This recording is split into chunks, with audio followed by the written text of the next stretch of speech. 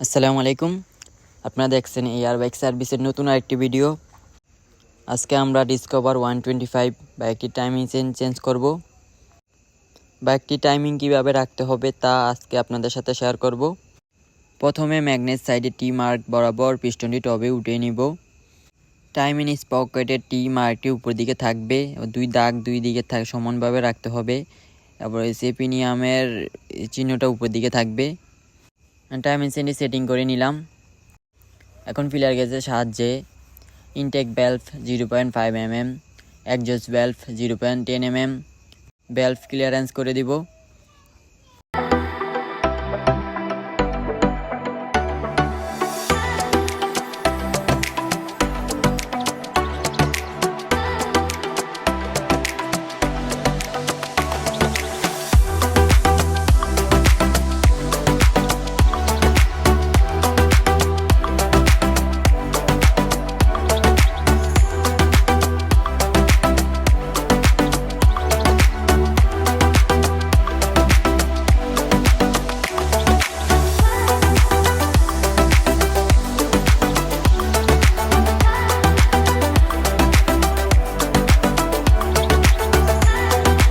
Filler গ্যাসের সাহায্যে তো ক্লিয়ারেন্স করে দিলাম।